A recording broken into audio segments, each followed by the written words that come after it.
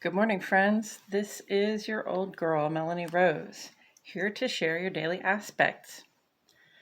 Today is Tuesday, January 18, 2022, and the sun is in Capricorn until tomorrow when it makes ingress to Aquarius. So, again, this is the time to look back on how this Capricorn has been um, an influence on your life, especially your outer life, the work, love, and the work, social, and civic spheres.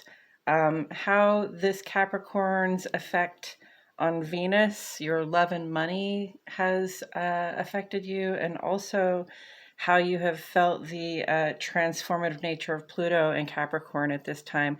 Capricorn is, of course, a sign that takes a lot of responsibility, a lot of satisfaction from setting goals and achieving them. So, and it's ruled by Saturn, which is about the structures and networks that we rely on for our own support and our responsibility to maintain them. So, let's look back on this and see how that's gone for us, especially this Venus retrograde, which has spanned the whole of our Capricorn sun transit. The moon is in Leo today. It is the day after the full moon. Technically, this is still considered part of the full moon, but it is on the waning side. Moon in Leo is a really warm, sunny vibe. It's a time for, the kind of growth that happens when the sun shines on us. And the full to waning gibbous moon energy here says it's time to sort of enjoy the fruits of our labors and our intention setting, all that planning that we did, and all that effort that we put in, to go ahead and enjoy the flower of that, and also to begin to review, like take a look at how it went for you these past couple of weeks, how that planning went for you, how the flower came to bloom, how the fruition came about, and give that a review so that you know what you would like to repeat and what you would not. So this is still celebrate. This is still appreciate. And it is also to begin to review.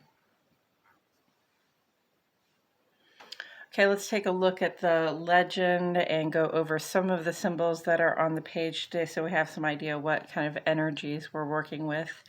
The sun is at the top of the list, and the sun represents our outer life. That is who we are when we step out the front door, the person that people first get to know when they meet us, and also how we come to engage in our work, social, and civic life. After the sun comes the moon. The moon represents our inner life. This is more about your relationship with yourself, those things you think and know through your emotions and intuitions, and also how you are engaged in your home life. Mercury is on the page today, and Mercury represents the intellect. That's our day-to-day thoughts, plans, and communications that we make, and also the running around that we do. Chiron is not a planet but an asteroid, and it represents healing, our capacity to heal, and also what it is we're working on healing in this lifetime. Uranus likes to come around and ask us to do things differently, and so brings about some change. Pluto is here representing for transformation. So if you're wondering if there's a difference between change and transformation, I would just say it takes, a lot of small changes before we go through a transformation. Uranus is more like about refining our approach, whereas Pluto brings us through those high highs and low lows of the experience, and through those we are transformed. Saturn is here. That represents, like I said, the structures and networks that we rely on for our own stability and well-being, and also our responsibility to maintain them. And Venus is our planet for love and money. That is, how do you relate to those people and things that you value the most? And we'll touch on the aspect energies and stuff as we go through this. We are going to start by talking about the moon today, although you see that the sun aspects hit first. Central Standard Time, friends. at 2 in the afternoon, 2:39 p.m., the moon is going to make an opposition with Mercury, which is in retrograde. So, under normal circumstances, the moon, in aspect with Mercury gives us this sort of drive to share about how we feel. In an opposition aspect, we might find it difficult to share how we feel, or we might find that sharing how we feel raises up some conflict, especially in the heart and home. And with Mercury in retrograde, that can be especially difficult. It can just really be hard to know how we feel, and it's hard, therefore, it's difficult to share feelings. And we have to be aware of polarized thinking here.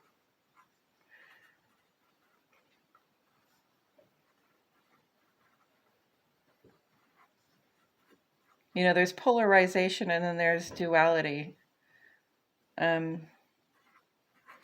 Polarized when we come to one extreme of thinking and we cannot tolerate any other point of view, that can often work against us. Whereas if we have one way of thinking, but we can work with the other points of view, then we're more in duality and more living in reality. Polarization is not a real way to live, in my opinion. Then at 7:11 p.m., the moon makes a square with Uranus. So Uranus has just gone direct, and we're going to talk about that in a minute. And the moon in aspect with Uranus usually brings about an urge to make changes in our home life, or to have a change of heart, perhaps. And the square aspect says you may be challenged with this. So again, that's a 2 hours aspect. So moon square Uranus tells me that changes of heart and home come with challenges.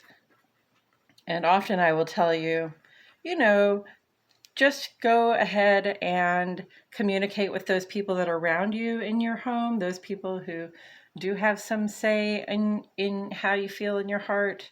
And that might be a little difficult at this time. So, either make changes with communication and sharing, or make changes and understand that you're going to face challenges. And then at 1:18 a.m. on Wednesday morning, the moon is going to go into opposition with Saturn, which Saturn rules Capricorn. The moon is the moon is across the wheel of the sky from the sun right now. So this makes sense that the moon is in opposition to Saturn. This brings about feelings of being sort of lonely, bored, sad. Again, it can be hard to share our feelings, and this can create some sort of coldness feeling or some sort of distance from those around us in the heart and home. So let's say lonely feelings may create distance, from those people that we keep close to us. It is the middle of the night, so maybe you're just feeling lonely in your dreams, and hopefully you can wake up feeling less of that effect in your life. As for the sun side of the page, in the ongoing column, very quickly, we'll talk about Venus retrograde. It's still with us for the next 11 days. Venus retrograde has been our self-care challenge. We've been conservative in our love and in giving our love and our labor at this time. And that's because we're checking those committed relationships. And this is work, love, and life, okay? Checking those things we're committed to see if we're getting the value in return for our investment that we need. And part of knowing whether you're getting the value for your investment is like, if you are invested in a relationship that you're committed to, but then you find that you can, give yourself the care that you need in that relationship without having to put in so much investment. That's a good thing to notice. Of course, don't make any hard endings right now, not until after Venus retrograde is over on the 29th. And, I know somebody who has quit her job during this time, and I fully support that because she was really being hounded and gaslighted and treated poorly in her work position where she was just trying to help and do her best. So, of course, if you're in an abusive situation, or if you're being in a situation where you're not being heard, you're not being valued at all, I fully advocate getting out of that situation. But if it's one of those situations where you see where the problems are and you're not sure whether you want to end it, or you think you do want to end it, but you're not in an abusive situation, I would recommend waiting until after the retrograde, just so that you don't get a heavy backlash from that. And Mercury is in retrograde right now, will be for the next couple of weeks. And this is a communication challenge, a communication shakeup, but it's really also a reason to just be really concise and intentional in our communications. Let's not try to get across messages that are unnecessary or unhelpful or unwise. Let's say only what we need to say, and let's do it in a way that we understand that we will be received and heard. And if you try and it didn't work, then it's time to adjust the approach, right? And also, this is about choosing our battles. It makes me think of that Five of Swords card, where you can win a fight when Mercury is in retrograde. You can win a battle of I'm saying of words, a battle of the intellect while Mercury is in retrograde. But I would be conservative in choosing those battles, because sometimes you just you won, but you wind up empty-handed anyway. Okay, today on the sun side of the page, here's the exciting stuff. 4:03 a.m., Mercury made a sextile with Chiron. And this happened a couple weeks ago, so we've sort of been under this influence the whole time. Mercury in a sextile relationship with Chiron really invites us to open up about our worries and concerns, the things that are not working for us, the things that require healing of some kind. And again, this is work, love, and life. It's not just about your health. It's about your relationships to those people and things that we value. It's just about, what is working for you, and what can you do to advocate for yourself. So today aspect, and this is self-advocating. With the added interesting challenge of Mercury being in retrograde. So again, we have to be very concise and intentional with our communication. If something isn't working, we do need to advocate for ourselves. We need to, speak up about those things that are worrying or concerning to us. And we might have to do it in a more direct way, or we may have to adjust the approach that we've been using. If we've been advocating for ourselves and we're not seeing any change, we try a different tack. And then at 9:26 this morning, Uranus went direct. So Uranus has been retrograde for the past 5 months, since August, and then this past week or so it has been stationing, which means it slowed down from our point of view, and then appeared to stop for a while, and now it has appeared to start moving forward along its regular trajectory. This often brings up some big changes, especially out in the outer world, on the national and world level, on the state and regional level. And we see a lot of stuff happening, in the natural world, and we see a lot of stuff happening like on the level of government and social and civic spheres. We see a lot of changes going down, so it's not surprising to me that Uranus is making moves right now. The great thing about Uranus going direct is that once all this splashing and kerfuffle of the turnaround goes back down. Then Uranus is in the flow. It's going with the flow. And so those changes that we've been yearning for, those changes we've been trying to make on the inside, those changes of mind that we have come to, now they can begin to be outwardly expressed, and we can perhaps make some progress through those changes. So, yay, hooray. But big changes afoot, friends. And we saw that yesterday also with the sun in conjunct with Pluto, and those being in opposition to the full moon in Cancer, just sort of deep transformation, right? Changes are changes, but transformation is a big change. So big changes are afoot out in the world. We can be aware of this and, respond accordingly to what we need in our inner life.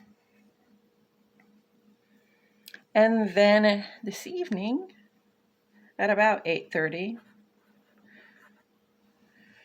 Pluto reaches its aphelion. So Pluto is the planet for slow changes, big, deep transformations, those high highs of our experiences, those low lows, the death and rebirth, okay, that represents the transformation that we go through. And Pluto at its aphelion, that's its farthest point from the sun in its orbit around the sun. And in case you're not familiar, Pluto is the farthest planet out. It's way out in deep space. And so it's cold out there. It's dark. We didn't even find Pluto until 1930, I think. So what this tells me intuitively is that Pluto is like those transformative energies are sort of out beyond our ability to see them right now. We're still undergoing like deep transformation right now. Big changes are afoot. Deep transformation, but it may be hard to intuit or know what is coming up. Also, the advice I received about this is that aspects that have Pluto involved in them might be having a delayed effect right now. So you might see Sun conjunct Pluto, right? Like you did the last couple of days, and think that's happening just those last couple of days because Sun transits are only about a day long. But Pluto's effects are going to come. We're going to feel them after the fact. So just look out for those transformational effects that you thought you would be seeing, and then you're going to see them come up a little bit later. Right. So delayed effects and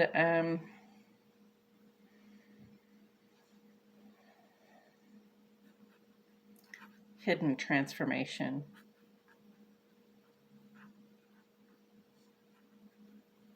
Energies.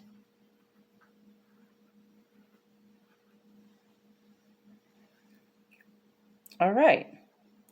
And as if that's not enough, tomorrow the sun is making ingress into Aquarius. Sun in Capricorn has been a really productive time for me. I don't know about the rest of you, but as the sun moves into Aquarius, we feel a little bit of a lightening up of that, full bore ahead worker, achieving our goals mode. And it's more about like, work smarter, not harder now. Okay, so Aquarius brings us up into our intellect and asks us to, put this work and like achievement energy into a more intellectual space, and like what can we think to do? What can we do with our air-based faculties, which is our communications and our thoughts and our plan making, to make this work go easier, to make the transformations, to make the achievements come to us more easily. And next Tuesday, we'll see a third quarter moon in Scorpio. That will be the halfway point between the full moon and the new moon. And that will be when we begin to actually release things that no longer work for us. And that is it for today's aspects. Man, I feel like I have a lot of questions. Looking at this Decans card on the side, dropped some cards, guys. Sorry about that. Looking at this Decans card on the side, the Decan, the wheel of the year is broken down. It's 360 degrees, so it's broken down into 10 degree segments. And, the year is 365 days long, so those 10 degree segments are about somewhere between 10 and 11 days, or a little more than 10 days long. So we are still in the Four of Pentacles Decan, which is the period between January 10th and January 19th. And this is a conservative time, right? And we've been seeing that, conserving our love and our labor, and learning to be a little conservative about how we express ourselves, like thinking about it before we just step out and say it. So, and all of this happening under the auspices of Saturn and, Sun in Capricorn, which is ruled by Saturn. So I'm gonna go ahead and pull a card, just a single tarot card, keeping in mind that Venus, Pluto, and the Sun have been in Capricorn all this time. And, Venus will remain in Capricorn and Pluto will remain in Capricorn for another year and a couple of months. But the Sun will transition into Aquarius tomorrow, so we will not be so focused on that. And, we've just come off of this new moon. It's a moon in Leo, which is a nice, warm, sunny vibe in the heart and home. I really appreciate that. It is a time to celebrate and appreciate, especially what we have gained, what we have achieved through our ambitious work. And also to begin to put the last couple weeks' efforts under review to see what we would do differently this time. Because life is a process of refinement, is what I'm finding. So that, and we've got Mercury retrograde in a sextile condition with Chiron. So advocate for yourself, because the sextile energy tells you that you can generate good things when you do. You can get something good out of it when you advocate for yourself. And I've learned that recently too. And Uranus going direct. Look at all this energy. We've got some pretty like down, sort of challenging vibes on the inner life side of the page. And we've got some challenging vibes on the outer life side of the page, but I think things are really beginning to look up for us. So with all of that in mind, and being that Tuesday is ruled by Aries, my home planet, let's go ahead and draw this card. Six of Cups. So Six of Cups is generally translated as the card for nostalgia. It brings back fond memories of childhood, or fond memories of the past. It's a good time to reminisce, to be in touch with our elders, those people who took care of us when we were children, and remember the good things. A whole lot of us didn't get only good stuff when we were growing up, but there was some good stuff there, and it's good to sit back and reminisce about those things a little bit, especially with this warm light shining on our home life. It's a great time to get in touch with mom or grandma, or that aunt or uncle, and just tell them that you're thinking about them and you remember them fondly. I think that's a great idea. All right, so that is it for today, friends. Thank you for joining me today. My name is Melanie Rose. Please like my video and subscribe to my channel if you have not done so already. And give me a comment down below. Let me know what you think about how this is going, or what you see here that I have not mentioned. Because again, like I said, I still have a lot of questions, and I probably have a lot more I could say about this. But I'm trying to keep it under half an hour. So, like I said, that's it. And I appreciate y'all being here. And I'll see you all back here tomorrow for some more daily aspects.